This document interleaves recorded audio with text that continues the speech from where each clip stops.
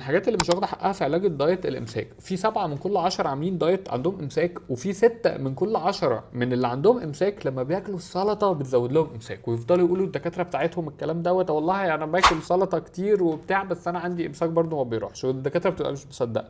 هقول لك في الفيديو ده 3 حاجات اوعى تعملها لو انت عندك امساك، و3 حاجات لازم تعملها عشان الامساك ده يضيع. وهقول لك في اخر الفيديو ليه السلطه بتعمل لك امساك لو انت من النوع ده، يعني استناني عشان هقول لك كمان طب ازاي بقى تعدل على السلطه بتاعتك فتعالج لك الامساك. تمام؟ مفيش محتوى هتلاقيه على النت كله بيتكلم على الامساك بالصوره دي، لان انا مش عارف ليه دايما كان في حاجه ناقصه. حتى انا عملت فيديو قبل كده عن الامساك كان في حاجه ناقصه، هقولها في الفيديو ده. هقول اهميه المغنيسيوم والبروبايوتيك وفيتامين سي والسيليوم هاسك في علاج الامساك في الاخر، فركز معايا كده لانه هيبقى مهم قوي. اول حاجه ال3 حاجات اللي انت اوعى تعملها لو انت عندك امساك، انك تاكل خضار كتير طول اليوم، لان ده ارهاق لجهازك الهضمي، انت مش بتديله فرصه يتعافى، وبالذات الخضار اللي هو مش بيدوب في الميه. هقول لك في الاخر ايه هو الخضار اللي مش بيدوب في الميه.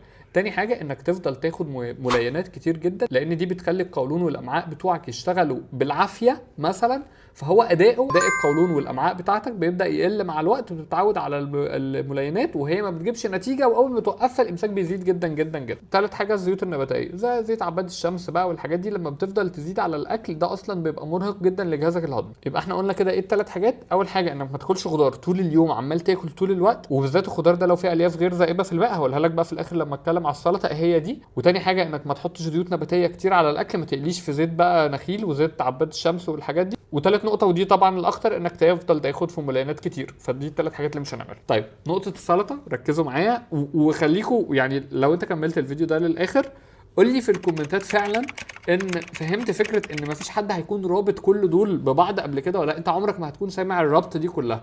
السلطه ليه حصل لك امساك وانت بتاكل سلطه كتير؟ عشان سببين.